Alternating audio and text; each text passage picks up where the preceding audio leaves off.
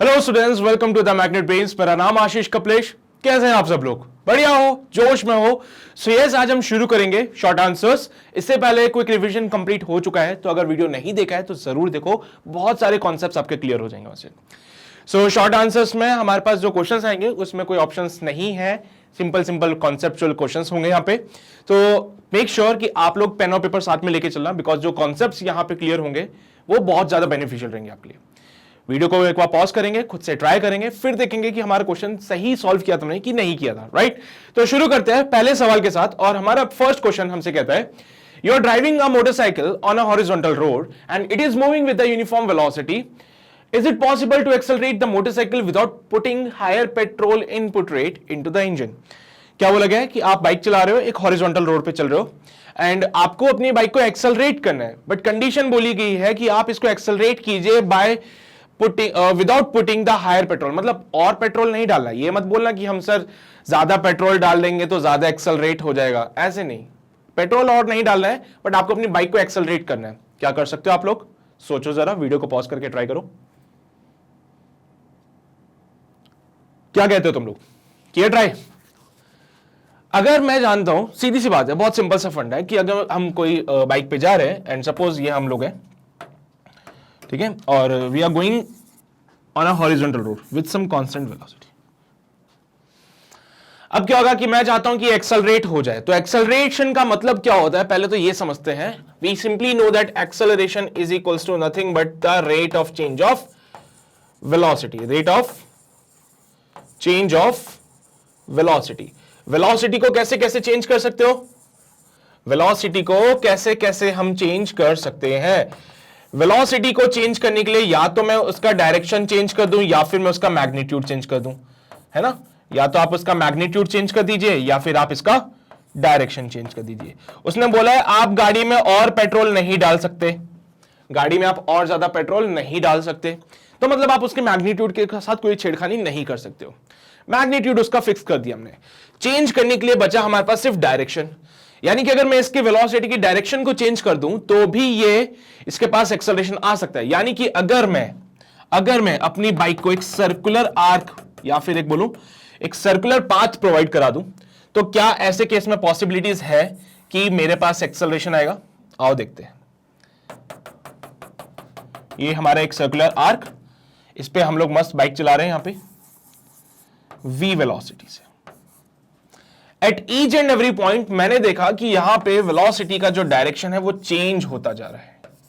At each and every point जो velocity का direction होगा वो चेंज होता जा रहा है। ये v, यहां पे v। तो डायरेक्शन चेंज होने की वजह से we got some acceleration here, और उस एक्सेलरेशन को बोला जाता है सेंट्रीपिटल एक्सेलरेशन, जो कि हमेशा सेंटर की तरफ लगता है। ये सेंटर है, ये सेंट्रीपिटल एक्सेलरेशन, सेंटर की तरफ लगने वाला सेंट्रीपिटल एक्सेलरेशन, सेंटर की तरफ लगने वाला सेंट्रीपिटल एक्सेलरेशन, सेंटर की तरफ लगने वाला सेंट्रीपिटल एक्सेलरेशन।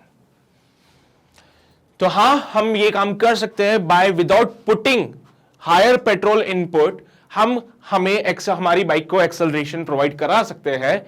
क्या करना है उसके लिए? हमें सिंपल सा काम है, अपनी बाइक को एक सर्कुलर आर्क पे मूव करवाएंगे, जिसकी वजह से क्या होगा, due to the direction change we got some acceleration, और इसी एक्सेलरेशन को हम बोलते हैं centripetal acceleration. So here we can get the acceleration, here we can get acceleration by just changing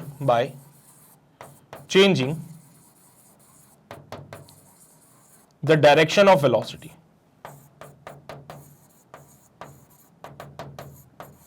velocity की जो डायरेक्शन है आप इसको चेंज करते जाइए तो आपको एक्सेलरेशन मिल जाएगा। So we can get the acceleration here by just changing the direction of the velocity. Velocity की डायरेक्शन चेंज करके भी आप एक्सेलरेशन को ले सकते हैं। उसके लिए जरूरी नहीं है कि आपको और ज्यादा पेट्रोल डालने की जरूरत पड़ेगी गाड़ी में, सिर्फ हैंडल घुमाना है बस, ठीक है? सिर्फ हैंडल घुमाना है, काम हो जाएगा, ठीक है, तो एक्सेलरेशन क्या होता है? Rate of change of velocity. Velocity को चेंज करने के लिए या तो उसका मैग्नीट्यूड चेंज कीजिए या फिर उसका डायरेक्शन चेंज कीजिए। हमने बोला मैग्नीट्यूड को तो सेम रहने दीजिए लेकिन डायरेक्शन को चेंज कर देते हैं, और जैसे मैंने डायरेक्शन को चेंज किया यहां पे एक ऐसा एक्सेलरेशन आया जो कि सेंटर की तरफ लगता था। This kind of acceleration is the centripetal acceleration, और ये इसलिए आया बिकॉज वेलोसिटी की डायरेक्शन चेंज हुई। तो उसने ऐसा तो नहीं बोला नहीं कि आपको कौन सा एक्सेलरेशन चाहिए, उसने तो बोला बस एक्सेलरेट करना है। उसने तो बस इतना बोला कि सिर्फ एक्सेलरेट करना है, बाकी कुछ नहीं बोला। तो अगर वो बोलते हैं एक्सेलरेट तो हम कैसे भी करें एक्सेलरेट, हमारी मर्जी। नोट कर लीजिए इसको, फिर आगे बढ़ते हैं। कर लिया नोट? समझ आ गई बात है? ठीक है, तो एक्सेलरेट करना है तो आपकी मर्जी, कैसे भी एक्सेलरेट करो। आपने हैंडल घुमा दिया, सर्कुलर पाथ मूव करने लगे, तो यहां पे भी एक एक्सेलरेशन आ गया जिसको कि सेंट्रीपिटल एक्सेलरेशन कहते हैं। सो हमारा क्वेश्चन नंबर 1 कंप्लीट हो गया है। उम्मीद करता हूं सभी को समझ आया होगा। सो आगे बढ़ते हैं, अगले सवाल पे आते हैं। बोला गया है some washing machines have the cloth dryer, it contains a drum in which the wet clothes are kept, as the drum rotates the water particle gets separated from the cloth, the general description of this action is that the centrifugal force throws the water particles away from the drum, comment on this statement from the viewpoint of an observer rotating with the drum and the observer who is washing the clothes। तुम्हें पता है washing machine में एक तो washer होता है जिसमें कपड़े धुलते हैं और एक होता है ड्रायर। ठीक है, वो ड्रायर में एक ड्रम होता है, वो ड्रम रोटेट करता है। ठीक है, उस ड्रायर के अंदर क्या होता है? एक ड्रम होता है, वो ड्रम रोटेट करता है, तो कपड़े जैसे उसके साथ घूमेंगे तो वहां पे बोलता है कि एक सेंट्रीफ्यूगल फोर्स लगता है वाटर पार्टिकल्स के ऊपर जो उनको दूर निकालता है, उनको बाहर की तरफ फेंक देता है पानी वाटर पार्टिकल्स को।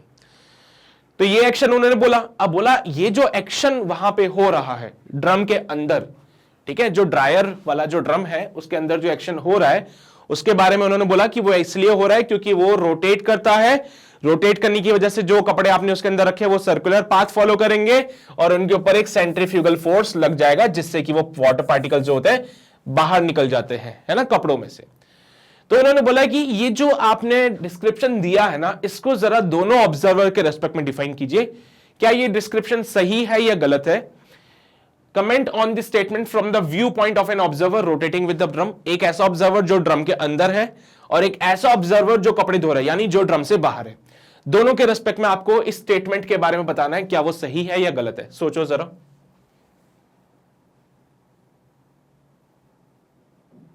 सोच लिया?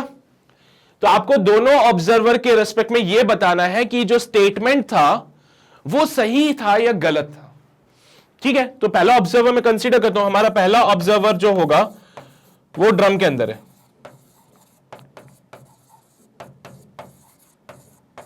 अब क्योंकि ये ऑब्जर्वर भी ड्रम के अंदर है तो ये रहा वो वॉशर का ड्रम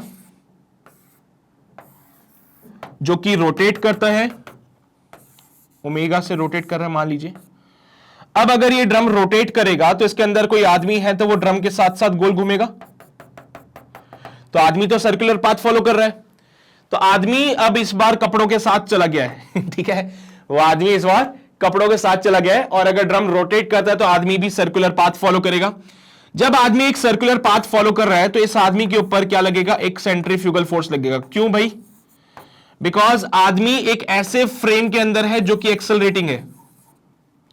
आदमी एक ऐसे फ्रेम के अंदर है जो एक्सेलरेटिंग है, इसको बोलते हैं एक्सेलरेटिंग फ्रेम। क्या नाम है इसका एक और? Non inertial. हां, तो आदमी इस टाइम पे एक एक्सेलरेटिंग फ्रेम के अंदर है, यानी कि नॉन इनर्शियल फ्रेम में। और जब कभी भी आदमी नॉन इनर्शियल फ्रेम में होता है there will be a pseudo force जो कि आदमी के ऊपर एक्ट होगा। तो आप लोग भी कपड़ों के साथ आ गए इस बार, तो कपड़े भी बेचारे सूडो फोर्स को एक्सपीरियंस कर रहे थे बिकॉज वो भी एक एक्सेलरेटिंग फ्रेम के अंदर थे। तो जब कभी भी आप ड्रम के अंदर हो, क्योंकि ड्रम रोटेट कर रहा है, ड्रम एक्सेलरेट कर रहा है यहां पे, तो आप एक एक्सेलरेटिंग फ्रेम में आते हो। और जब कभी भी आप एक एक्सेलरेटिंग फ्रेम में हो तो ध्यान रखना आपके ऊपर एक सूडो फोर्स लगेगा। तो अगर आप एक्सेलरेटिंग फ्रेम में हो तो एक सूडो फोर्स लगता है जो आपको बाहर की तरफ खींचता है। तुमने देखा कि कोई बाहर की तरफ खींचने वाला तो है ही नहीं, लेकिन फिर भी हम फोर्स को फील करते हैं। बाहर की तरफ कोई खींचने वाला है तुम्हें? नहीं है, फिर भी बाहर की तरफ एक फोर्स लगता है। तो हमने बोला एक इमेजिनरी फोर्स हम पे लगता है, उस इमेजिनरी फोर्स को हमने नाम दिया सेंट्रीफ्यूगल फोर्स। और ये आपका सेंट्रीफ्यूगल फोर्स सेंट्रीपिटल फोर्स के बराबर ही होता है। ये आपका सेंट्रीफ्यूगल फोर्स सेंट्रीपिटल फोर्स के बराबर ही होता है, बस डायरेक्शन होती है अवे फ्रॉम द सेंटर। तो ये जो कॉन्सेप्ट कह रहा है, कॉन्सेप्ट भी तो यही बोल रहा है कि वो जो ड्रायर है वो कपड़े कैसे सुखाता है। वो ड्रायर कपड़े इसलिए सुखा रहा है क्योंकि जो कपड़े ड्रायर के अंदर हैं वो एक्सेलरेटिंग फ्रेम में है, और जब वो एक्सेलरेटिंग फ्रेम में होते हैं तो उन कपड़ों के ऊपर लगता है सेंट्रीफ्यूगल फोर्स। साथ ही साथ वो जो वाटर पार्टिकल कपड़े के अंदर थे उन पे भी लगता है सेंट्रीफ्यूगल फोर्स, और जैसे ही उनके ऊपर सेंट्रीफ्यूगल फोर्स लगेगा वो बाहर की तरफ जाएंगे। इसलिए तुमने देखा होगा अक्सर जब तुम ड्रायर से कपड़े निकालते हो तो साइड में दीवार पे चिपके हुए होते हैं। जब तुम ड्रायर में से कभी कपड़े निकालोगे ना तो तुम देखना वो कपड़े यहां पे दीवारों पे चिपके हुए रहते हैं एकदम, उनके ऊपर सेंट्रीफ्यूगल फोर्स लगता है। तो ये अगर तुम ड्रम के अंदर घुस के देखोगे तो तुम्हें पता चलेगी बात, लेकिन अगर तुम ड्रम के बाहर से इस चीज को देखते हो, सेकंड ऑब्जर्वर जो कपड़े धो रहा है, तुम लोग कपड़े अगर धो रहे हो और अगर तुम जो ऑब्जर्वर है वो आउटसाइड द ड्रम है, सो इन दैट केस अगर वो ड्रम से बाहर है तो वो ग्राउंड पे है, और अगर वो ग्राउंड पे है तो वो एक इनर्शियल फ्रेम में है। क्या इनर्शियल फ्रेम के हिसाब से ये कॉन्सेप्ट एप्लीकेबल है? अगर वो ड्रम से बाहर है, ये ड्रम का एक्सिस ऑफ रोटेशन, ड्रम ऐसे रोटेट कर रहा है और आदमी यहां से देख रहा है। इस बार आदमी हमारा ग्राउंड पे है। ग्राउंड जो होता है नॉन एक्सेलरेटिंग या फिर मैं बोलूं एक इनर्शियल फ्रेम है। इनर्शियल फ्रेम में कोई सूडो फोर्स नहीं होता है, इनर्शियल फ्रेम में कोई भी सूडो फोर्स नहीं होगा, यानी कि यहां पे सेंट्रीफ्यूगल फोर्स की कहानी नहीं है। तो यहां पे बोलेगा कोई सेंट्रीफ्यूगल फोर्स नहीं होता है। तो अगर कोई आदमी ड्रम के बाहर है तो वो ग्राउंड पे है इनर्शियल फ्रेम में। इनर्शियल फ्रेम में सूडो फोर्स नहीं होता है तो सेंट्रीफ्यूगल फोर्स भी जीरो है। कॉन्सेप्ट क्या बोल रहा था? स्टेटमेंट बोलता है सेंट्रीफ्यूगल फोर्स लगता है वाटर पार्टिकल के ऊपर जो कि उनको ड्रम से बाहर फेंकता है। यह बात बिल्कुल सही है अगर आप ड्रम के अंदर हैं तो। ये जो स्टेटमेंट बोला ना centrifugal force throws the water particle, बिल्कुल सही है अगर आप ऑब्जर्वर जो है वो ड्रम के अंदर है तो बिल्कुल परफेक्ट स्टेटमेंट है, क्योंकि सेंट्रीफ्यूगल फोर्स लगता है जो कि बाहर की तरफ लगता है। लेकिन अगर आप ड्रम से बाहर आ जाते हो तो आप ग्राउंड पे हो, एक इनर्शियल फ्रेम में हो, यहां पे कोई सूडो फोर्स की कहानी नहीं है। तो यह बात बाहर से देखने पे पता नहीं चलती, समझ रहे हो बातें? जो अंदर का सूडो फोर्स है, जो अंदर जो सेंट्रीफ्यूगल फोर्स कपड़ों के ऊपर लग रहा है, वो चीज तभी फील कर सकते हो जब आप उन कपड़ों के साथ जाओगे। तो समझ रहे हो ना? अगर आपको सेंट्रीफ्यूगल फोर्स को फील करना है तो आपको अंदर जाना पड़ेगा कपड़ों के साथ। बाहर से हमें कपड़ों के ऊपर लगने वाला फोर्स नहीं दिखाई देता है। तो ये जो स्टेटमेंट है the centrifugal force throws the water particle, ये तभी एप्लीकेबल है जब आप ड्रम के अंदर हैं। बाहर से आप इस स्टेटमेंट को करेक्ट नहीं बोलेंगे। बाहर से आप लोग क्या बोलेंगे कि भाई साहब ऐसा कुछ नहीं हो रहा है, कोई सेंट्रीफ्यूगल फोर्स नहीं लग रहा है। बाहर से देखने पे तो आप बोल सकते हो कि इनर्शियल फोर्सेस की वजह से वो पार्टिकल बाहर, पानी जो है बाहर निकल रहा है। ठीक है? क्या बोलते हैं कि ड्रम घूमता है तो सेंट्रीपिटल फोर्स लगता है। अब जैसे ड्रम घूमा तो पार्टिकल्स पहले रेस्ट पे थे, वाटर पार्टिकल, ड्रम के घूमने से वो क्या हुआ, उनका इनर्शिया उनको कपड़ों से बाहर निकाल देता है। तो बाहर की कॉन्सेप्ट अलग चलते हैं बिल्कुल। बाहर अगर आप खड़े हो ड्रम से तो ये सूडो फोर्स की कहानी मत लगाना, यानी कि सेंट्रीफ्यूगल फोर्स की कहानी मत लगाना। वो तभी लगता है जब आप नॉन इनर्शियल फ्रेम में होते हो। तो बाहर से कोई सेंट्रीफ्यूगल फोर्स नहीं है, अंदर से ही दिखेगा तो ही सेंट्रीफ्यूगल फोर्स आएगा। तो क्या बोलेंगे? The statement is correct if the observer is inside the drum, but if the observer is not inside the drum और if the observer is outside the drum, the statement is not true. तो ये statement true तभी रहेगा जब आप inside the drum है। अगर आप ड्रम से बाहर आ गए तो ये स्टेटमेंट ट्रू नहीं होगा। ठीक है? चलिए भाई नोट कर लीजिए इसको। तो अगर लिखना चाहो तो ये एक बात लिख लेना कि statement is only true if the person is inside the drum. Statement is only true if the person is inside the drum. तो फटाफट से नोट कर लीजिए, ये बात लिख लीजिए, फिर हम आगे बढ़ते हैं।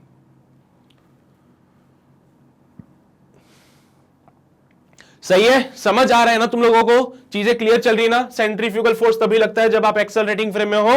अगर आप नॉन एक्सेलरेटिंग फ्रेम में हो तो कोई सेंट्रीफ्यूगल फोर्स नहीं लगता है, because centrifugal force is a pseudo force. ठीक है? चलिए भाई, सो ये हो गई बात है क्वेश्चन नंबर 2 की। सो आगे बढ़ते हैं, क्वेश्चन नंबर 3 पे आ जाते हैं। हमारा क्वेश्चन नंबर 3 हमसे क्या बोलता है, आओ देखें।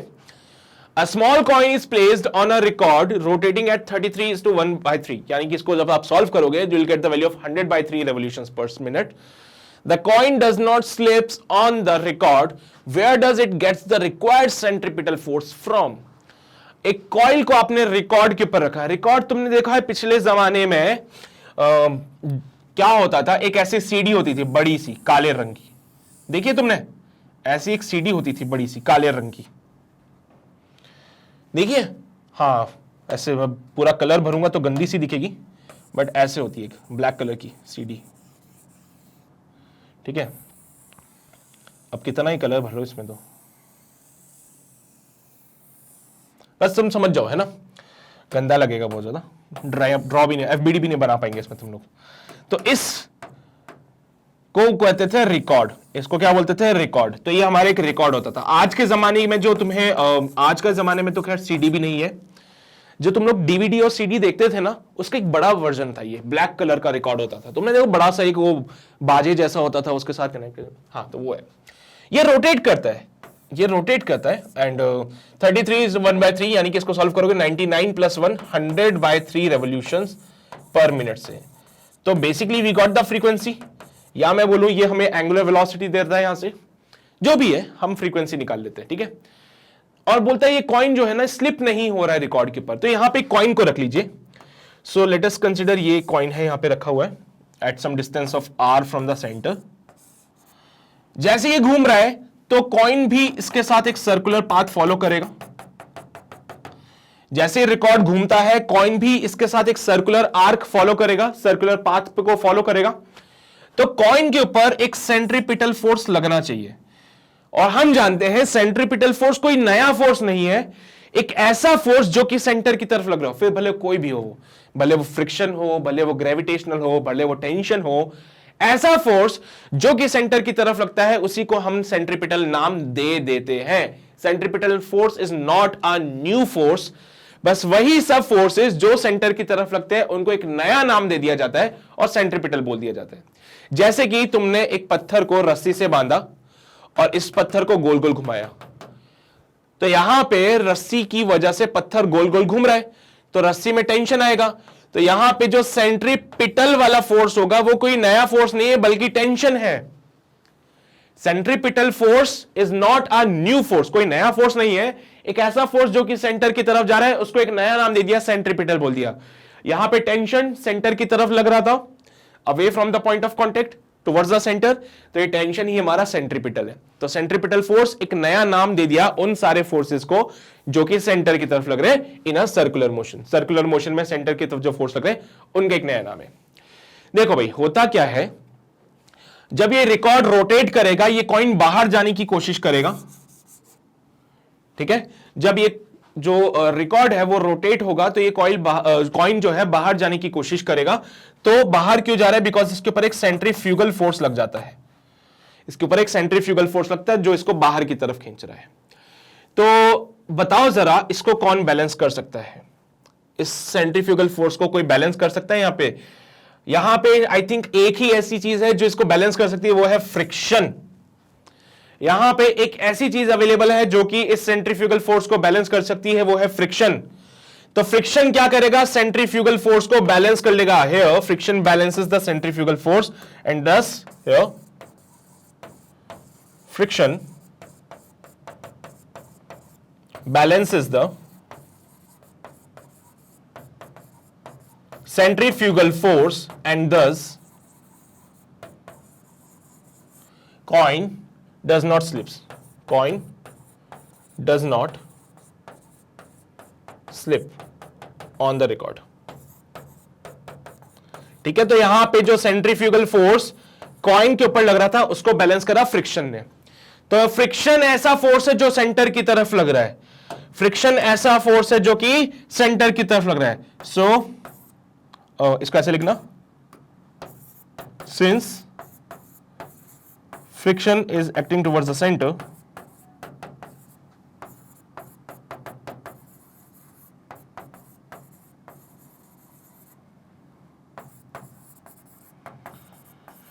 so here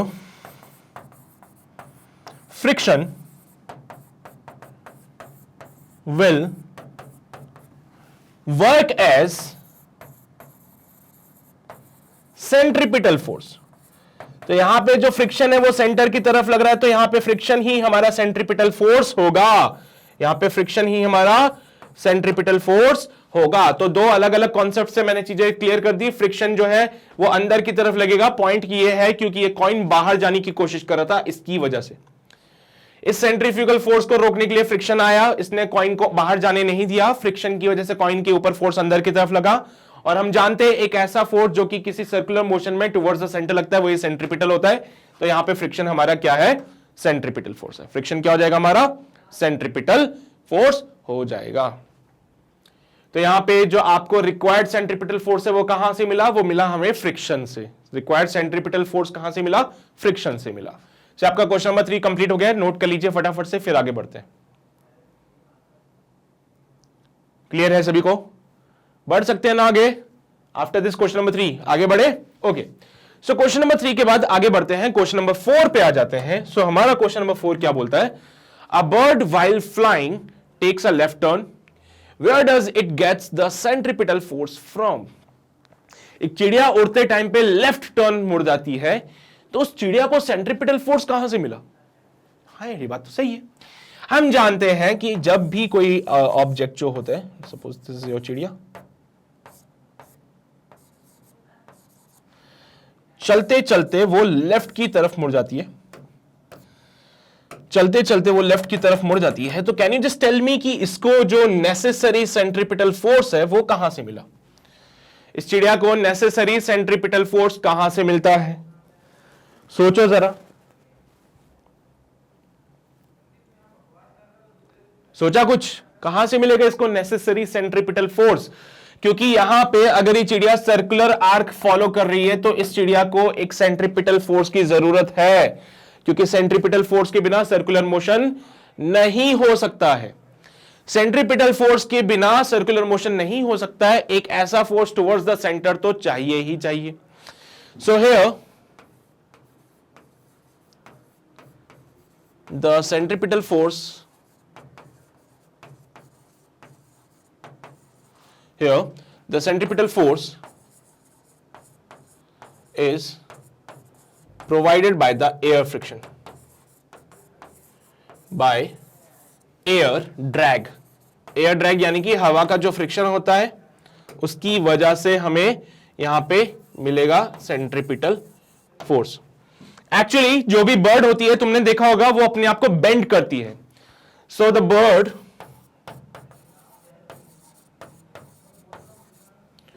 turns its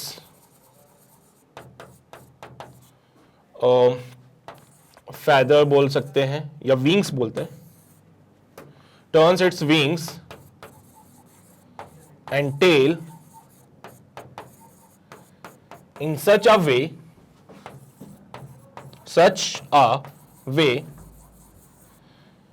वो कुछ अपने टेल्स और विंग्स को ऐसे मोड़ेगी। तुमने देखा होगा चिड़िया ऐसे बेंड हो जाती है थोड़ा सा, तो अपने आप को ऐसे टर्न करेगी, अपने विंग्स और टेल्स को ऐसे वो बेंड करेगी in such a way that the air drag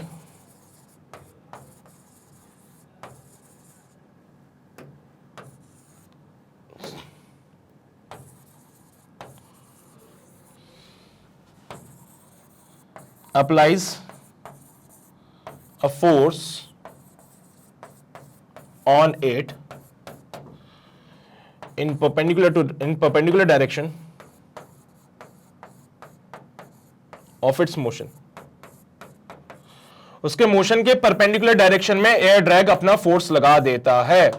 तो वो चिड़िया अपने विंग्स को और टेल्स को कुछ इस टाइप से बेंड करेगी, इस टाइप से टर्न करेगी, जो एयर ड्रैग होता है वो उसके ऊपर फोर्स लगाता है in a direction perpendicular to its motion. चिड़िया का मोशन यहां हो रहा है तो एयर ड्रैग यहां लग जाएगा, चिड़िया का मोशन यहां हो रहा है तो एयर ड्रैग यहां लग जाएगा, चिड़िया का मोशन इधर हो रहा है तो एयर ड्रैग ऐसे लग जाएगा, मोशन इधर हो रहा है तो एयर ड्रैग ऐसे लग जाएगा, मोशन इधर हो रहा है तो एयर ड्रैग ऐसे लग जाएगा। तो वो चिड़िया अपने बॉडी को, अपनी विंग्स को और टेल्स को कुछ इस टाइप से टर्न करेगी कि जो एयर ड्रैग था यहां पे वो इसके ऊपर एक फोर्स लगाएगा जो ऑलवेज इसके मोशन के परपेंडिकुलर हो। ठीक है, तो ये जो फोर्स लग रहा है, you can see here it, this force is always perpendicular to the path. यहां पे एयर ड्रैग ऐसा लगता है, और इसी एयर ड्रैग की वजह से इसको मिलता है सेंट्रीपिटल फोर्स। देख लो, सारे air drag force towards the centre लग रहे हैं, सारे फोर्सेस टुवर्ड्स द सेंटर लग रहे हैं, तो यही एयर ड्रैग हमें क्या देगा, यही एयर ड्रैग हमें दे देता है बाद में सेंट्रीपिटल फोर्स, जिसकी वजह से चिड़िया टर्न कर पाती है। फिर समझे बात को? क्लियर है कहानी? कोई दिक्कत तो नहीं है इसमें? पक्का बढ़ सकते हैं आगे? नोट कर लीजिए, फिर आगे बढ़ते हैं हम लोग।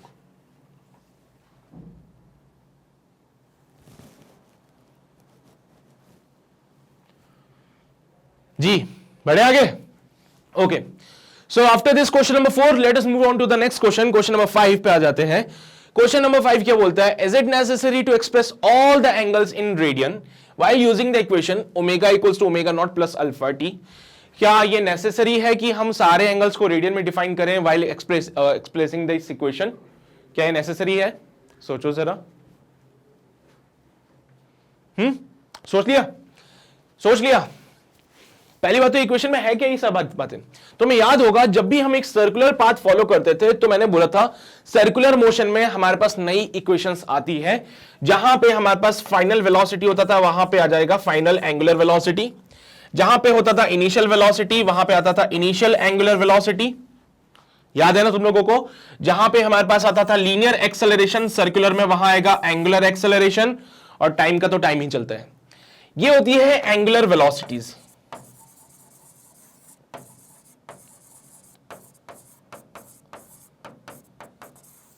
ये होता है एंगुलर एक्सेलरेशन। इनकी यूनिट्स में कुछ डिफरेंस है।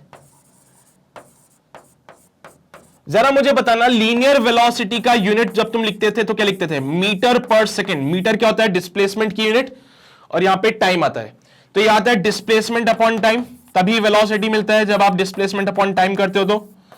तो अगर मैं बात करूं ओमेगा और ओमेगा नॉट की, तो यहां पे आएगा क्या? रेडियन पर सेकेंड। रेडियन क्या है? एंगुलर डिस्प्लेसमेंट, जो कि एंगल होता है एक्चुअली एक, एंगुलर डिस्प्लेसमेंट अपॉन टाइम।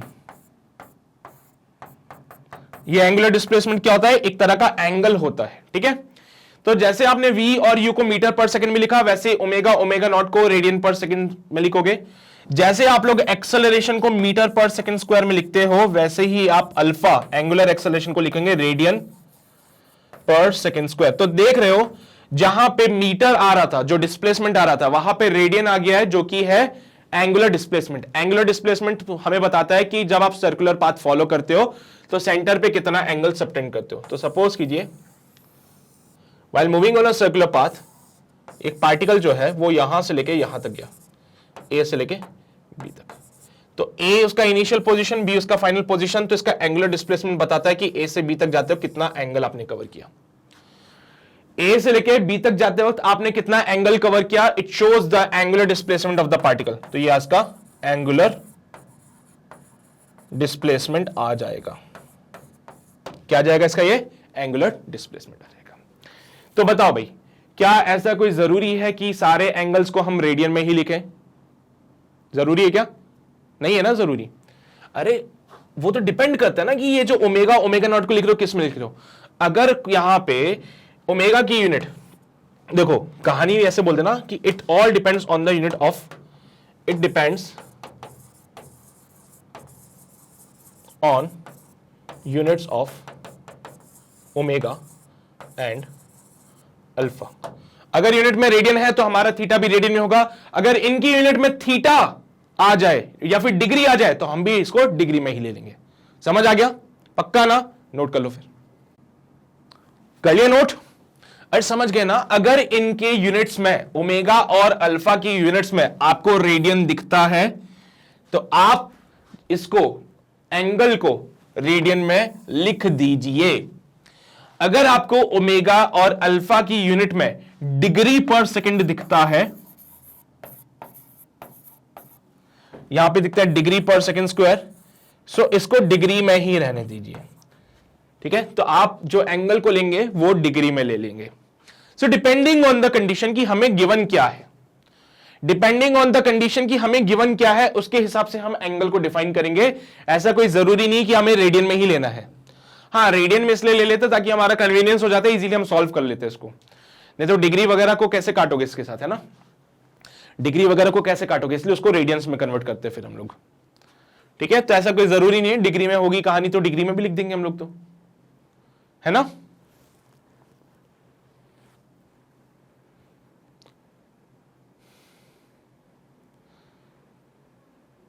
हो गया नोट, कर लिया नोट तुम लोगों ने, समझ आ गई ना बातें। चलिए भाई आगे बढ़ते हैं अगले सवाल की ओर।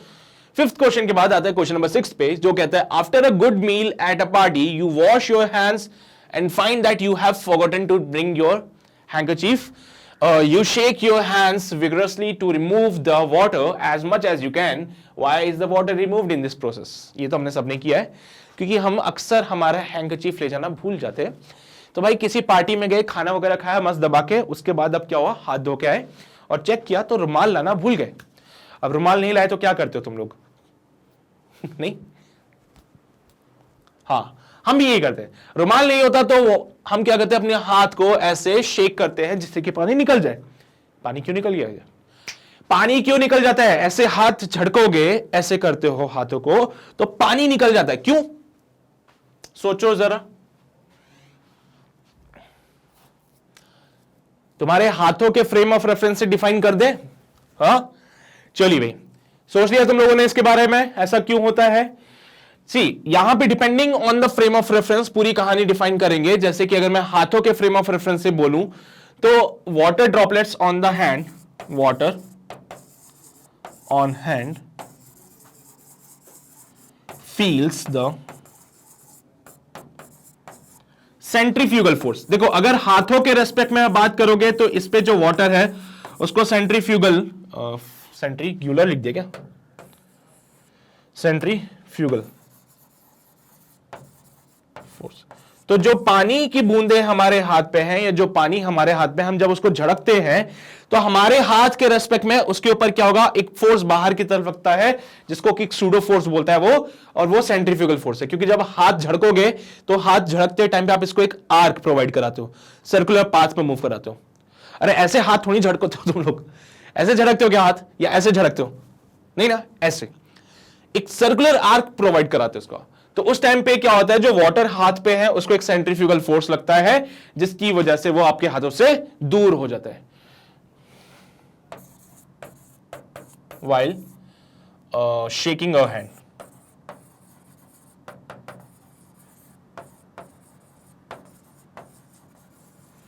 due to which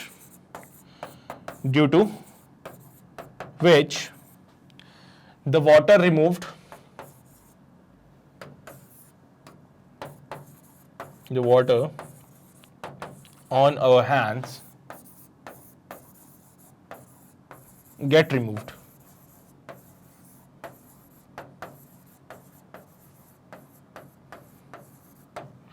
ठीक है, तो यहां पे इसकी वजह से क्या होता है, जो पानी हमारे हाथों पे है वो चला जाता है।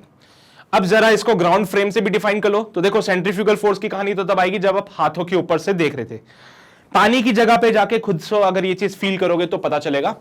अगर ग्राउंड से देखो तो कहानी कुछ और आ जाती है। ग्राउंड से आप इनर्शियल फोर्सेस को डिफाइन कर सकते हो, बोल सकते हो कि अगर कोई दूसरा आदमी तुम्हारे इस हरकतों को देख रहा है तो वो क्या बोलेगा, उसके लिए क्या ऑब्जर्वेशन आती है। तो ये बोलता है कि जब तुम हाथों को शेक करते हो तो पहले तुम्हारे हाथ रेस्ट पे थे, जैसे तुमने हाथों को शेक किया तो रेस्ट से मोशन में तुम्हारे हाथ चल गए, लेकिन पानी की जो वाटर ड्रॉपलेट्स थी उनका इनर्शिया उसको मूव होने से रोक देता है, जिसकी वजह से पानी गिर जाता है नीचे। अलग अलग कॉन्सेप्ट्स हैं, depending on the frame of reference आप चीजों को डिफाइन करना। ये हमने डिफाइन किया कि सेंट्रीफ्यूगल फोर्स तभी लगता है जब आप एक एक्सेलरेटिंग फ्रेम में आते हो। अगर आप हाथों के ऊपर हो और पानी की जगह खुद को रख के फील करो तो आपको पता चलेगा जैसे कोई झड़केगा हमें एक फोर्स लगेगा बाहर की तरफ, जो कि हमें बाहर की तरफ धकेलेगा। That force is the centrifugal force. But ये एप्लीकेबल तभी है जब आप पानी की जगह अपने आप को रखोगे, आप हाथ के ऊपर हो, आप एक एक्सेलरेटिंग फ्रेम में हो। अगर आप ग्राउंड पे खड़े होकर किसी को ऐसा करते हुए देखोगे तो क्या बोलोगे, तो आप ये बोलोगे कि भाई इनर्शियल फोर्सेस की वजह से पानी बाहर निकला। इनर्शियल फोर्सेस क्या होती है, हमने बोला कि जब आप हाथ को झड़कते हो तो उस टाइम पे आप अपने हाथों को मोशन में ला रहे हो, पहले रेस्ट पे थे, मोशन में लाए, एकदम से जैसे हाथ मोशन में आया तो जो पानी होता है तुम्हारे हाथों पे, उनका इनर्शिया उनको मोशन में आने से रोक लेता है, जिसकी वजह से बाहर निकल जाते हैं। और झड़कने के बाद अब तुम वापस लाते हो, झड़कने के बाद वापस लाते हो, तो जैसे तुम वापस लेके आए तो रुक के वापस लेके आए, अब पानी जैसे तुमने हाथ रोका वहां पे पानी भी तुम्हारे साथ रुक गया, तुम जैसे हाथ वापस लाते हो फिर से वो पानी बेचारा वहीं रह जाता है।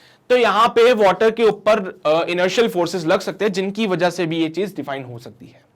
तो अलग अलग फ्रेम की बात है, मैंने हाथों वाला डिफाइन कर दिया है, ग्राउंड वाला इनर्शियल फोर्सेस की वजह से आप रिमूव करवा सकते हो। यही चीज होती है ना, जब आप पेड़ की टहनी को शेक करते हो, पेड़ की टहनी को शेक करते हो, तो वहां पे भी यही चीज हो रही है ना। जब आप कंबल को शेक करते हो, उसको बीट करते हो, तो वहां पे भी यही चीज होती है। तो ग्राउंड से अगर आप इन चीजों को डिफाइन करते हो तो इनर्शियल फोर्सेस की वजह से बोल सकते हो कि पानी अपने हाथों से निकल जाता है।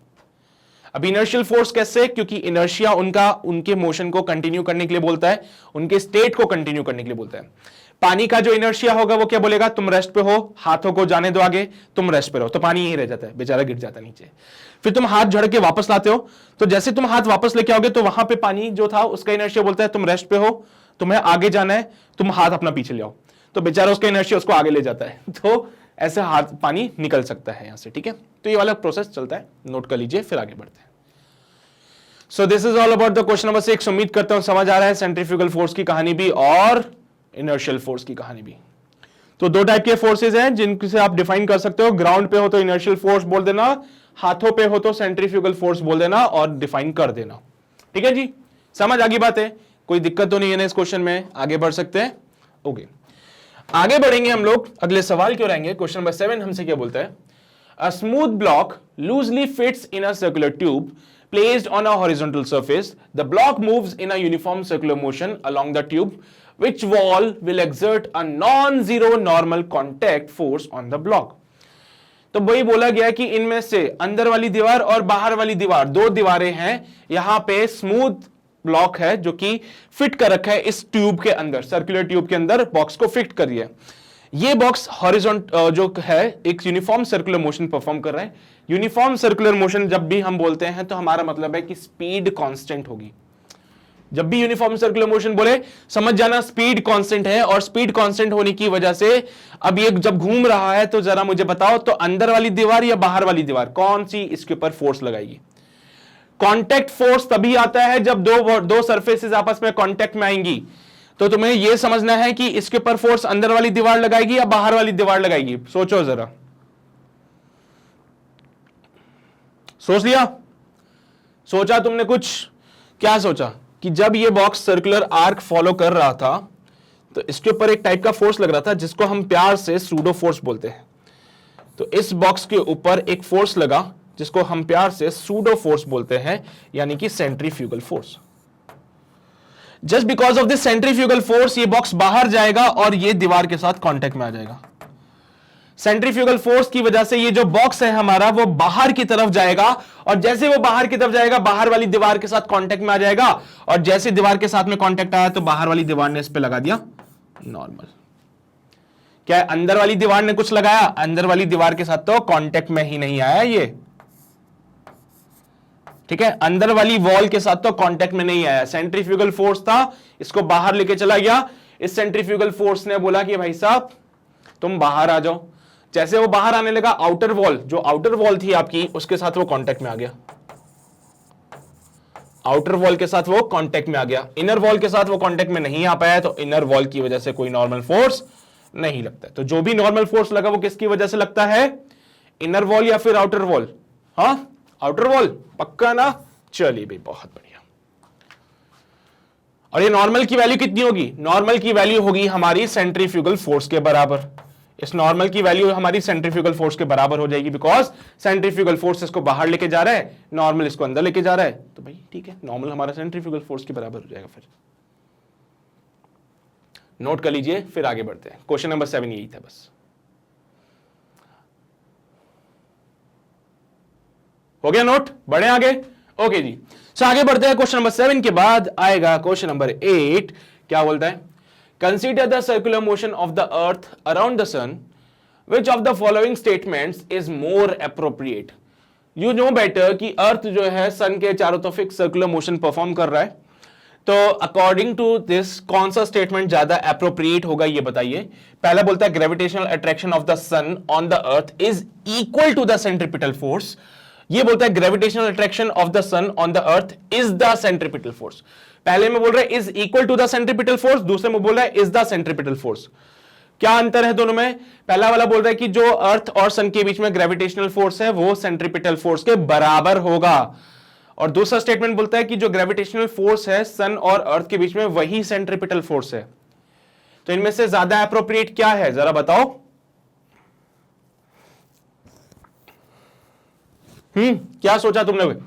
सर हम जानते हैं कि अगर एक पत्थर को रस्सी से बांध के गोल गोल घुमाएंगे तो पत्थर के ऊपर लगेगा सेंट्रिपिटल फोर्स, और ये सेंट्रिपिटल फोर्स कौन देता है? टेंशन। सो टेंशन ही यहां पे सेंट्रिपिटल फोर्स है।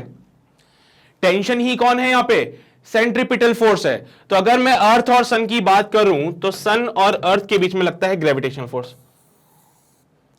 सन और अर्थ के बीच में लगेगा ग्रेविटेशनल फोर्स।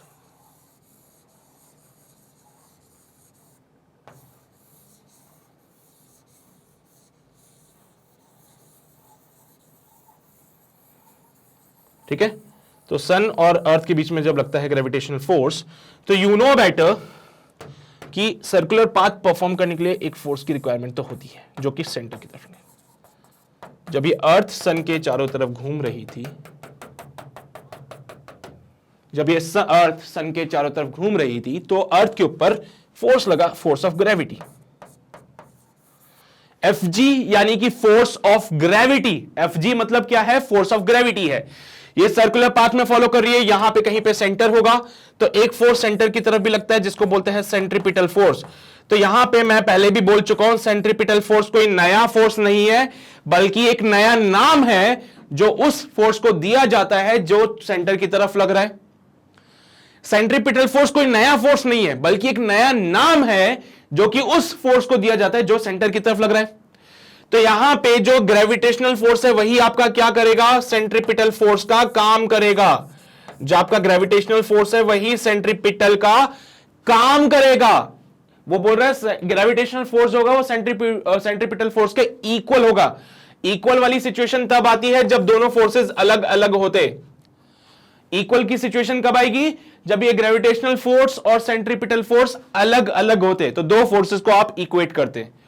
लेकिन उसने क्या बोला है? जो ग्रेविटेशनल फोर्स है वही सेंट्रिपिटल फोर्स का काम कर रहा है, यानी कि जो gravitational attraction of the sun on the earth है ना, वही आपका सेंट्रिपिटल फोर्स है, वही आपका सेंट्रिपिटल है, इक्वल नहीं है। हां, अगर ये बोलना होता तो यहां पे सेंट्रीफ्यूगल लिख देते। अगर यहां लिखते ना सेंट्रीफ्यूगल तो आपकी बात बिल्कुल सही जाती। क्या मतलब? अगर आप सेंट्रीपिटल की जगह सेंट्रीफ्यूगल बोलते तो ए स्टेटमेंट बिल्कुल करेक्ट था, बिकॉज जब अर्थ सन के चारों तरफ घूमता है तो यहां पे इसके ऊपर एक सेंट्रीफ्यूगल फोर्स लगेगा, और ये जो ग्रेविटेशनल फोर्स है वो सेंट्रीफ्यूगल फोर्स के बराबर हो सकता था, वो सेंट्रीफ्यूगल फोर्स के बराबर होता, is equal to the centrifugal force. लेकिन उसने सेंट्रीफ्यूगल नहीं बोला है, उसने बोला सेंट्रीपिटल। तो भाई सेंट्रीपिटल तो खुद ही ग्रेविटेशनल फोर्स है, खुद ग्रेविटेशनल फोर्स ही सेंट्रिपिटल है, तो वो उसके इक्वल कैसे हो सकता है? तो यहां पे ग्रेविटेशनल फोर्स खुद ही सेंट्रिपिटल है, वो सेंट्रिपिटल के इक्वल नहीं है। ध्यान रहे की बात है। Here the gravitational force is itself is the centripetal. Here gravitational force is itself centripetal force, वो खुद ही सेंट्रिपिटल है, तो वो इसके इक्वल क्या होगा? ठीक है, तो यहां पे जो सबसे ज्यादा एप्रोप्रिएट वाला ऑप्शन है वो बी वाला है, जो कि बोलता है कि जो ग्रेविटेशनल फोर्स है अर्थ और सन के बीच में वही सेंट्रिपिटल है। जो ग्रेविटेशनल फोर्स है सन और अर्थ के बीच में वही सेंट्रिपिटल है। ये फोर्स सेंट्रीफ्यूगल के बराबर हो सकता है, ये फोर्स सेंट्रीफ्यूगल के बराबर होगा, लेकिन सेंट्रिपिटल तो वो खुद ही है। तो दोनों का अंतर समझ जाना ये बात है ना। चलिए भाई, तो होगी कहानी क्लियर? बढ़ सकते हैं आगे। नोट कर लिए ये वाली बातें, जल्दी से नोट कर लो, नहीं किया तो फिर आगे बढ़ते हैं। हो गया? बढ़े आगे? Okay, so after this question number 8, so let us move on to the next question. Question number 9 हमसे क्या बोलता है? A car driver going at some speed v suddenly finds a wide wall at a distance r. Now should he applies the brake or turn the car in a circle of radius r to avoid hitting the wall? तो एक आदमी गाड़ी चला रहा था, suddenly उसके सामने एक दीवार आ गई, तो वो आदमी क्या करेगा? या तो वो ब्रेक लगा दे गाड़ी में, समझ लो ना, या फिर वो एक सर्कुलर पाथ पे गाड़ी को घुमा दे जिसका रेडियस r के बराबर है। तो ये रहा आदमी गाड़ी में, चलते चलते इसके सामने एकदम से दीवार आ गई। तो आदमी तो बढ़िया मस्ती से गाड़ी में चल रहा था, चलते चलते इसके सामने दीवार आ गई, और उस केस में क्या होगा अब ये आपको बताना है। क्या ये ब्रेक लगाएगा? ये दीवार आ गई यहां पे एकदम से सडनली गाड़ी से r डिस्टेंस पे, ठीक है। तो या तो वो ब्रेक लगा दे, या फिर वो एक काम कर सकता है, जरा ऊपर से देखते हैं ना, टॉप व्यू बना रहा हूं मैं यहां पे इसका ऊपर से देखना, जरा इसको फील आएगा। ये रही आपकी वो लंबी वाली दीवार, ये रही वो गाड़ी जो ऊपर से देखने पे ऐसे दिख रही है मुझे, ये ऐसे जा रही है। दो चीजें, या तो वो गाड़ी में ब्रेक लगा ले, ऊपर से देखा तो एक काम कर सकता है वो कि एक काम करेगा, गाड़ी को एक सर्कुलर आर्क पे फॉलो करवा ले जो कि r डिस्टेंस का है, ठीक है। तो ये रही वो गाड़ी, ये डिस्टेंस r हो गया। तो अगर वो गाड़ी को एक सर्कुलर आर्क पे मूव करा ले तो भी काम बन सकता है क्या? अगर वो गाड़ी को एक सर्कुलर आर्क पे मूव करवा ले तो काम बन सकता है क्या? तो बताओ, तुम होते तो तुम क्या करते? या तो गाड़ी में ब्रेक लगा दो, या फिर गाड़ी का स्टीयरिंग घुमा दो जिससे कि वो एक सर्कुलर आर्क फॉलो कर ले। जैसे ही उसने सर्कुलर आर्क फॉलो किया वो दीवार से बच गया। क्यों? क्योंकि देखो ये r डिस्टेंस पे दीवार है, ये भी r डिस्टेंस पे दीवार है। ऊपर से देखा तो ऐसी फीलिंग आ रही है, उसने स्टीयरिंग घुमाया तो अब गाड़ी तुम्हारी कुछ ऐसे जाएगी। जैसे उसने स्टीयरिंग घुमाया तो अब उसकी गाड़ी कुछ इस टाइप से जाएगी, रेड कलर से बना देता हूं मैं। जैसे स्टीयरिंग घुमाया उसकी गाड़ी ऐसे जाएगी, अब ऐसे, और एक सर्कुलर आर्क फॉलो करेगी, ठीक है। थोड़ा सा और आगे जाके ऐसे घुमा देना इसको, थोड़ा सा आगे से घूमेगी, बच जाए मतलब जैसे कि। तो इनमें से तुम अगर यहां पे होते तो तुम क्या करते? या तो गाड़ी में ब्रेक लगाओ या फिर गाड़ी का स्टीयरिंग घुमा दो। क्या कर सकते हो इसका?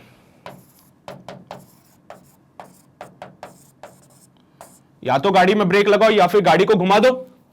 क्या करें? दोनों ही r डिस्टेंस पे हैं, क्या कर सकते हैं? दोनों को सॉल्व करते हैं। देखो, मैं वो काम करूंगा जिसमें मुझे कम एक्सेलरेशन देना पड़े, मेरे लिए तो इजी है ना। मैं वो काम करूंगा जिसमें मुझे कम रिटार्डेशन प्रोवाइड कराना पड़े। यहां पे दोनों केसेस में देखो, ऊपर जो रिटार्डेशन है यहां पे वो सेंट्रीपिटल एक्सेलरेशन बन जाएगा। अगर मैं इसमें ब्रेक लगाता हूं तो मुझे एक रिटार्डेशन मिलेगा a, ये 1 वाला केस है। यहां मैं जब गाड़ी को घुमाऊंगा तो मुझे एक सेंट्रीपिटल एक्सेलरेशन मिलेगा, इसको मैं बोल दिया a2। तो मुझे बस देखना है a1 बड़ा है या a2 बड़ा। जहां पे कम काम लगेगा, जहां पे कम वैल्यू आएगी वही काम मैं करूंगा, ठीक है। तो अगर मैं यहां पे देखूं तो मैंने ब्रेक लगा दिए, ब्रेक लगाने से क्या होगा? गाड़ी में रिटार्डेशन आएगा, तो गाड़ी का मोशन तो इधर हो रहा है और एक्सेलरेशन पीछे की तरफ लग रहा है। तो पहले केस को सॉल्व करता हूं जिसमें मैंने वो बोला v² = u² प्लस का 2as। फाइनल वेलोसिटी जीरो करनी है, इनिशियल वेलोसिटी उसकी कितनी है? v का स्क्वायर है प्लस का 2 इंटू माइनस का a इंटू ये डिस्टेंस r है, r डिस्टेंस चल के गाड़ी रुक जानी चाहिए, तो r डिस्टेंस पे मैंने गाड़ी को रोक दिया। मैंने बोला ये r डिस्टेंस ट्रेवल करके गाड़ी रुक जानी चाहिए, तो मैंने r डिस्टेंस पे गाड़ी को रोक दिया। तो यहां से a1 का वैल्यू जो मिलता है इट विल बी v²/2r।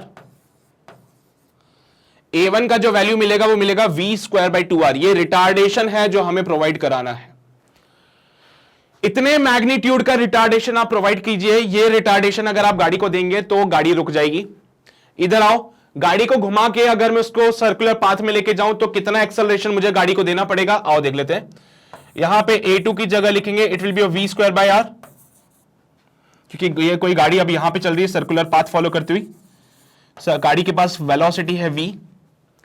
तो दो काम कर सकता हूं, या तो गाड़ी में ब्रेक लगा दूं या गाड़ी का स्टीयरिंग घुमा दूं। गाड़ी में जब मैं ब्रेक लगाऊंगा तो मुझे उसको इतना रिटार्डेशन प्रोवाइड कराना पड़ेगा। गाड़ी को अगर मैं सर्कुलर आर्क में मूव कराऊं तो गाड़ी में मुझे इतना एक्सेलरेशन प्रोवाइड कराना पड़ेगा। तुम मुझे बताओ कि कहां पे कौन सा काम मेरे लिए ज्यादा आसान है, कौन सा एक्सेलरेशन प्रोवाइड कराना मेरे लिए ज्यादा आसान है, a1 वाला या फिर a2 वाला? a1 वाला रिटार्डेशन है, मैं सिर्फ मैग्नीट्यूड से डील कर रहा हूं भी। मुझे पता है a1 जो है वो रिटार्डेशन है, मैं सिर्फ मैग्नीट्यूड से डील कर रहा हूं भी। मुझे बताओ कौन सा वाला प्रोवाइड कराना ज्यादा आसान है, A1 या A2? जिसकी वैल्यू कम होगी वो हम इजीली दे सकते हैं। अरे सुनो, यहां पे acceleration is somehow related to the force, तो यहां ब्रेक लगाने के लिए भी फोर्स लगाना पड़ेगा, स्टीयरिंग वेयर घुमाने के लिए भी, स्टीयरिंग को घुमाने के लिए भी फोर्स लगाना पड़ेगा। तो भाई गाड़ी के ऊपर फोर्स लगा रहे हैं, एक फोर्स जो इसको सर्कुलर पाथ में प्रोवाइड कराएगी, एक फोर्स जो इसको रोकेगी। तो कौन सा वाला फोर्स लगाना ज्यादा सही है, सर्कुलर वाला या फिर ब्रेकिंग वाला? सोचो जरा। यहां पे जो फोर्स एक्सेलरेशन है उसकी वैल्यू कम है, तो मैं बोलूंगा A1 जो है वो कम है A2 से। A1 जो है v²/2r है और ये सिर्फ v²/r है, यानी कि A1 छोटा है A2 से, मतलब यहां मुझे कम फोर्स लगाना पड़ेगा as compare to the second वाले केस में। तो मेरे लिए ज्यादा बेटर है कि मैं गाड़ी में ब्रेक लगा दूं। मेरे लिए ज्यादा बेटर क्या है कि मैं गाड़ी में ब्रेक लगा दूं, ब्रेक लगाना ज्यादा सही है रादर देन मैं उसका स्टीयरिंग घुमा दूं, क्योंकि अगर मैं उतना फोर्स प्रोवाइड नहीं करा पाया तो वो गाड़ी दीवार में घुस जाएगी। अगर मैं उसको F2 फोर्स नहीं दे पाया तो ये गाड़ी दीवार में घुस जाएगी। तो मेरे लिए ज्यादा बेटर है मैं ब्रेक लगा दूं, क्योंकि उसको करने के लिए मुझे कम फोर्स की रिक्वायरमेंट है, ब्रेक लगाने के लिए मुझे कम फोर्स की रिक्वायरमेंट है, लेकिन सर्कुलर पाथ में मूव कराने के लिए मुझे ज्यादा फोर्स की रिक्वायरमेंट है। दो फोर्सेस है, एक फोर्स F1 जो गाड़ी को रोक रहा है, एक फोर्स F2 जो गाड़ी को सर्कुलर मोशन प्रोवाइड करा रहा है। समझ लो, गाड़ी के मोशन की डायरेक्शन को चेंज कर रहा है। सो दो फोर्सेस है, जिन दो एक्सेलरेशन थे मेरे पास, A1 और A2। A1 वाला तब आता है जब मैं गाड़ी में ब्रेक लगाता हूं, A2 वाला तब आता है जब गाड़ी सर्कुलर आर्क फॉलो करती है। इनके बेसिस पे दो फोर्सेस आते हैं, F1 और F2। F1 वाला फोर्स तब चाहिए जब मैं गाड़ी में ब्रेक लगाता हूं, तो गाड़ी को रोकने के लिए F1 फोर्स की जरूरत है। गाड़ी को सर्कुलर पाथ में मूव कराने के लिए F2 फोर्स की जरूरत है। कौन सा वाला फोर्स कम है? F1 कम है, तो यानी कि ब्रेक लगाना ज्यादा से ये कम फोर्स में काम हो जाएगा, यानी कि मैं ज्यादा सेफ रहूंगा। सर्कुलर पाथ पे मूव कराने के लिए मुझे ज्यादा फोर्स की जरूरत पड़ेगी, और अगर मैं उतना फोर्स नहीं दे पाया, सर्कुलर पाथ में मूव कराने के लिए आपको ज्यादा फोर्स की जरूरत है, और अगर उतना फोर्स आप नहीं दे पाए तो वो दीवार में घुस जाएगी गाड़ी। तो यहां पे सेफ रहने की ज्यादा चांसेस है ना, रादर देन दिस। तो यहां पे सेफ रहना ज्यादा सही है रादर देन दिस। तो आप यहां पे क्या करेंगे, गाड़ी में ब्रेक लगाएंगे।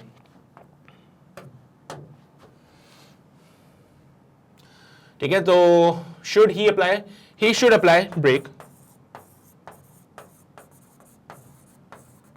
Apply brakes to avoid hitting the wall.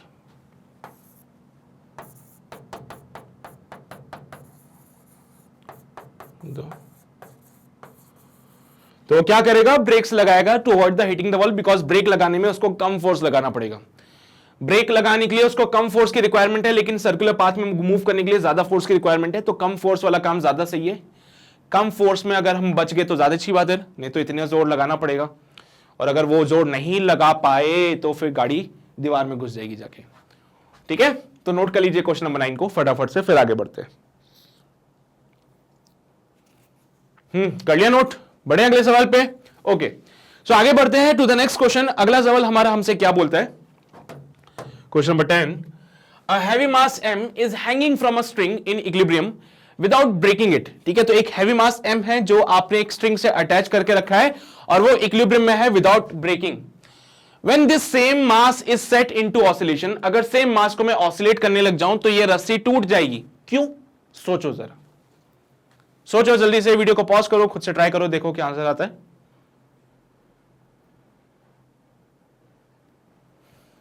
सोच लिया? सोच लिया तुम लोगों ने? तो क्या बोला, एक हैवी मास M को जब आप हैंग करते हो from a string in equilibrium, तो ये रही रस्सी, ये रहा हैवी मास, ये रहा हैवी मास कैपिटल M, ये रही रस्सी। तो रस्सी में लगता है टेंशन T, इस पे लगता है mg, और अगर ये पूरी कंडीशन हमारी इक्विलिब्रियम की चल रही है तो इक्विलिब्रियम के लिए आप लोग बोलते थे T will be equal to mg। Equilibrium के लिए क्या बोलोगे, T will be equal to mg।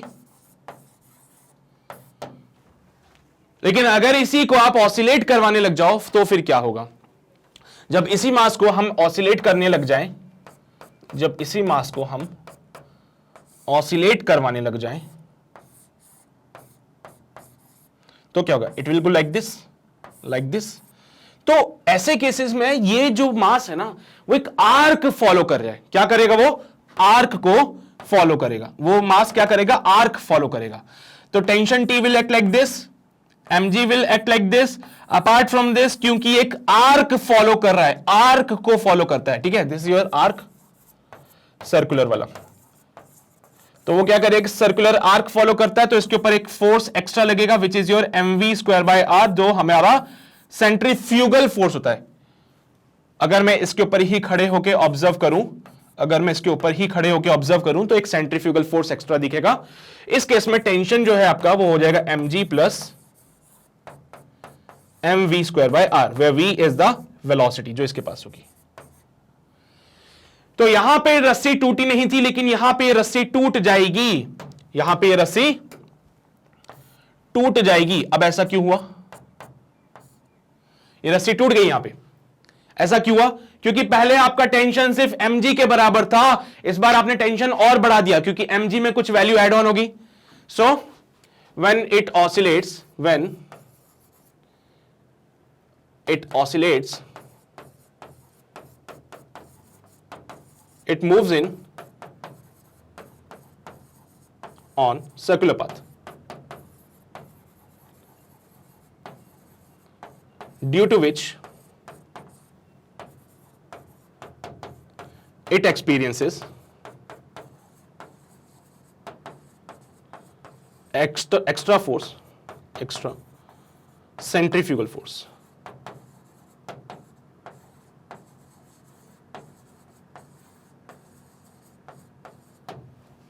ठीक है, तो वो क्या करता है, एक्स्ट्रा सेंट्रीफ्यूगल फोर्स को एक्सपीरियंस कर रहा है जो कि टेंशन अफोर्ड नहीं कर पाया। So due to this extra force, string breaks,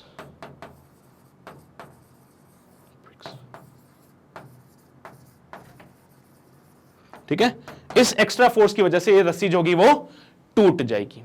समझ आ गई बातें सभी को? सर्कुलर आर्क मूव किया, सेंट्रीफ्यूगल फोर्स आया, सेंट्रीफ्यूगल फोर्स mg में एक्स्ट्रा ऐड हुआ है, सेंट्रीफ्यूगल फोर्स mg में एक्स्ट्रा ऐड हुआ है, जिसकी वजह से टेंशन अब वीक हो गया और वो रस्सी टूट गई। तो ये आपका क्वेश्चन नंबर 10 कंप्लीट हो गया। फटाफट से नोट कीजिए, फिर आगे बढ़ते हैं हम लोग। ठीक है, समझ आ गई बात? क्लियर है? नोट कर लिया है? बहुत बढ़िया। सो यहां पे हमारा शॉर्ट आंसर्स वाला पार्ट कंप्लीट होता है। उम्मीद करता हूं जो भी क्वेश्चंस मैंने तुम्हें कराए हैं वो सब समझ आ रहे होंगे, और अगर फिर भी कोई दिक्कत आती है किसी भी क्वेश्चन में तो वीडियो को दोबारा देख सकते हो। दोबारा देखने के लिए आप हमें ज्वाइन कर सकते हो वेबसाइट पे। वेबसाइट पे हमारे पास एडिशनल बेनिफिट ये है कि यहां पे सारी वीडियोस अरेंज करके रखी है, हर एक वीडियो का एक प्लेलिस्ट बना रखा है, सो दैट आप कभी भी आओ आपको फटाफट से वो वीडियो मिल जाए, आप फटाफट से अपने डाउट्स को क्लियर करिए और जल्दी से फ्री हो जाइए। बहुत ज्यादा टाइम आप लोगों को बचेगा और उस टाइम का यूटिलाइजेशन आप लोग कर सकते हो प्रैक्टिस के टाइम। ठीक है, and apart from this make sure अगर YouTube को कंटिन्यू कर रहे हो तो चैनल को सब्सक्राइब कर लेना, बेल आइकन को दबा लेना, एंड इस सेशन को शेयर कर देना to the maximum number of students, so that उनको भी वो बेनिफिट्स मिल सके जो आपको मिल रहे हैं। अपार्ट फ्रॉम दिस सेशन को लाइक कर देना, और ये तीनों काम सेशन एंडिंग से पहले हो जाने चाहिए। सो आज के लिए बस इतनी ही बातें, बाकी की बातें हम अपने अगले सेशन में करते हैं। तब तक अपना ध्यान रखिए, पढ़ाई करते रहिए। All the very best.